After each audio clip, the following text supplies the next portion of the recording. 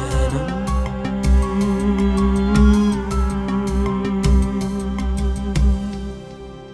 രക്തം കൊണ്ട് ഹൃദയത്തിൽ എഴുതിയ സ്നേഹത്തിന്റെ പുതിയ ഉടമ്പടിയായ ഉയർത്തപ്പെട്ട കുരിശിലേക്ക് നോക്കി നമുക്ക് നിത്യജീവനിലേക്ക് നടക്കാം. ക്രിസ്തുവിൽ പ്രിയരെ, തപസ്സുകാലം 5-ാം ഞായറാഴ്ച നമ്മുടെ വിചിന്തനത്തിനായി നൽകപ്പെട്ടിരിക്കുന്ന തിരുവചന ഭാഗങ്ങൾ കുരിശിലൂടെ സാധ്യമാകുന്ന യേശുവിന്റെ പുതിയ ഉടമ്പടിയിലേക്കാണ് വിരൽ ചൂണ്ടുന്നത്. ജെറമ്യാ പ്രവാചകന്റെ പുസ്തകത്തിൽ നിന്നുള്ള 1-ാം വായന BC 6-ാം നൂറ്റാണ്ടിൽ പുതിയ ഉടമ്പടിയെ പറ്റി ജെറമ്യാ നടത്തിയ പ്രവചനമാണ് സൂചിപ്പിക്കുന്നത്. പുതിയ ഉടമ്പടിയുടെ 3 പ്രത്യേകതകൾ ഇവയാണ്. ഒന്നാമതായി, അത് മനുഷ്യരുടെ ഉള്ളിൽ നിക്ഷേപിക്കുന്നതാണ്. പഴയ ഉടമ്പടി വാഗ്ദാന പേടകത്തിലായിരുന്നു നിക്ഷേപിക്കപ്പെട്ടിരുന്നതെങ്കിൽ പുതിയ ഉടമ്പടി മനുഷ്യന്റെ ഉള്ളിലാണ് നിക്ഷേപിക്കുന്നത്. രണ്ടാമതായി, പുതിയ ഉടമ്പടി കൽപ്പലകകളിലല്ല, മനുഷ്യ ഹൃദയങ്ങളിലാണ് എഴുതപ്പെടുന്നത്. സീനായ് മലയിൽ വെച്ച് മോശയ്ക്ക് 2 കൽപ്പലകകളിൽ ദൈവം 10 പ്രമാണങ്ങൾ രേഖപ്പെടുത്തി നൽകി. എന്നാൽ പുതിയ ഉടമ്പടിയാകട്ടെ മാനവ ഹൃദയങ്ങളിലാണ് എഴുതപ്പെടുന്നത്. മൂന്നാമതായി, പുതിയ ഉടമ്പടി പഠിപ്പിക്കേണ്ടതില്ല,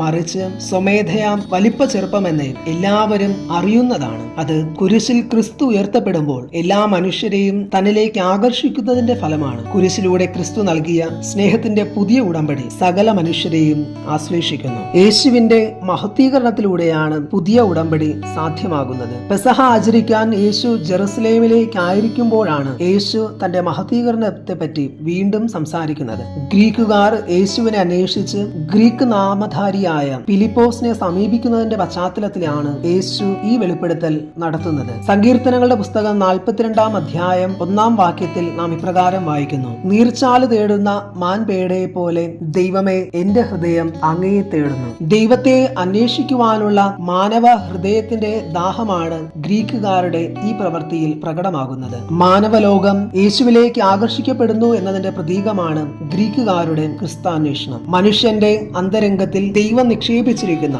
ദൈവത്തെ തേടാനുള്ള വാഞ്ച ഈ ഗ്രീക്കുകാരിൽ പ്രകടമാണ്. എന്നാൽ യേശു താൻ എപ്രകാരമാണ് ലോകരക്ഷകനാകുന്നത് എന്ന് വ്യക്തമാക്കിക്കൊണ്ട് അവരുടെ ദൈവാന്വേഷണത്തെ തൃപ്തിപ്പെടുത്തുന്നു. സമാന്തര സുവിശേഷങ്ങൾ യേശുവിന്റെ ഗെത്സമനയിലെ പ്രാർത്ഥന വിവരിക്കുമ്പോൾ യോഹന്നാൻ സുവിശേഷകൻ യേശുവിന്റെ ആന്തരിക സംഘർഷത്തെ ഇപ്പോൾ എന്റെ ആത്മാവ് അസ്വസ്ഥമായിരിക്കുന്നു എന്ന ഒറ്റ വാക്യത്തിൽ ചുരുക്കുന്നു. യേശുവിന്റെ ഈ അസ്വസ്ഥതപ്പെടൽ അവിടുത്തെ പൂർണ്ണ മാനുഷികതയെ വെളിവാക്കുന്നു.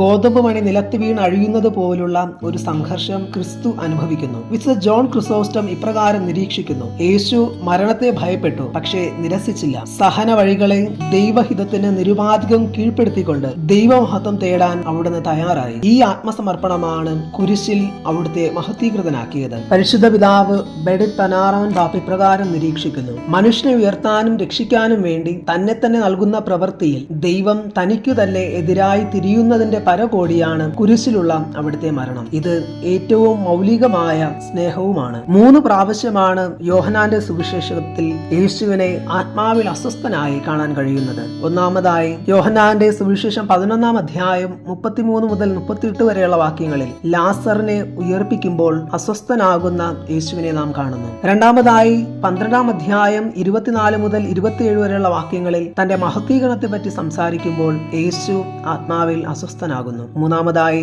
13-ാം അധ്യായം 21 മുതൽ 26 വരെയുള്ള വചനങ്ങളിൽ തന്നെ ഒറ്റിക്കൊടുക്കാനിരിക്കുന്നതിനെ പറ്റി സൂചിപ്പിക്കുമ്പോൾ യേശു അസ്വസ്ഥനാകുന്നു. എന്നാൽ യേശുവിന്റെ അസ്വസ്ഥത അവന്റെ ദൗത്യത്തിൽ നിന്ന് പിന്തിരിയാനല്ല, അനുസരണത്തിലൂടെ പരിപൂർണനാക്കപ്പെടുന്നതിലേക്കാണ് നയിച്ചത്. ഭൗതിക ജീവൻ നഷ്ടപ്പെടുത്തി ദൈവിക ജീവൻ നൽകാൻ അവിടുത്തെ കുരിശിലെ മഹത്വീകരണം കാരണമായി. പ്രിയമുള്ളവരെ, ഇന്നത്തെ തിരുവചന ഭാഗങ്ങൾ നമുക്ക് നൽകുന്ന 3 സന്ദേശങ്ങൾ ഇവയാണ്. ഒന്നാമതായി, ഓരോ ക്രിസ്തു ശിഷ്യനും ഗോതമ്പ് മണി പോലെ ആത്മപരിത്യാഗത്തിലൂടെ ആത്മീയ ഫലങ്ങൾ പുറപ്പെടുവിക്കാൻ വിളിക്കപ്പെട്ടിരിക്കുന്നു. സ്വയം കേന്ദ്രീകരിച്ചിരിക്കുന്ന അവസ്ഥയിൽ നിന്ന് അപരനെ കൂടി കാണുന്ന ക്രിസ്തു മനോഭാവത്തിലേക്ക് വളരാൻ നമുക്ക് പരിശ്രമിക്കാം. രണ്ടാമതായി, ക്രിസ്തുവിനെ അന്വേഷിക്കുന്ന ഗ്രീക്കുകാരെ പോലെ നിരന്തരം ക്രിസ്തുവിനെ അന്വേഷിക്കാനും മഹത്വീകൃതമായ കുരിശിൽ നോക്കി ക്രിസ്തുവിനെ കാണാനും ഹൃദയശുദ്ധിയുള്ളവരായി അവിടുത്തെ അറിയാനും നമുക്ക് പരിശ്രമിക്കാം. മൂന്നാമതായി, പുത്രസഹജമായ പ്രാർത്ഥനയിലൂടെ ആന്തരിക സംഘർഷങ്ങളെ നേരിടുവാനും ജ്ഞാനസ്നാനത്തിലൂടെ നമ്മുടെ ഹൃദയത്തിൽ എഴുതപ്പെട്ട ക്രിസ്തുവിന്റെ രക്തത്താലുള്ള ദൈവത്തിന്റെ പുതിയ ഉടമ്പടിയോടുള്ള നമ്മുടെ സമർപ്പണത്തെ ആത്മശോധന ചെയ്യാം. ക്രിസ്തുവിന്റെ കുരിശിൽ മഹത്വീകരണത്തിന്റെ ഓർമ്മ ആചരിക്കുന്നതിനായി ഏറ്റവും അടുത്തൊരുങ്ങിക്കൊണ്ടിരിക്കുന്ന ഈ കാലഘട്ടം അനുഗ്രഹപ്രദമാക്കി മാറ്റാൻ പരിശ്രമിക്കാം. രക്തം കൊണ്ട് ഹൃദയത്തിൽ എഴുതിയ സ്നേഹത്തിന്റെ പുതിയ ഉടമ്പടിയായ ഉയർത്തപ്പെട്ട കുരിശിലേക്ക് നോക്കി നോക്കി നമുക്ക് നിത്യജീവനിലേക്ക് നടക്കാം. ദൈവം നമ്മെ അനുഗ്രഹിക്കട്ടെ.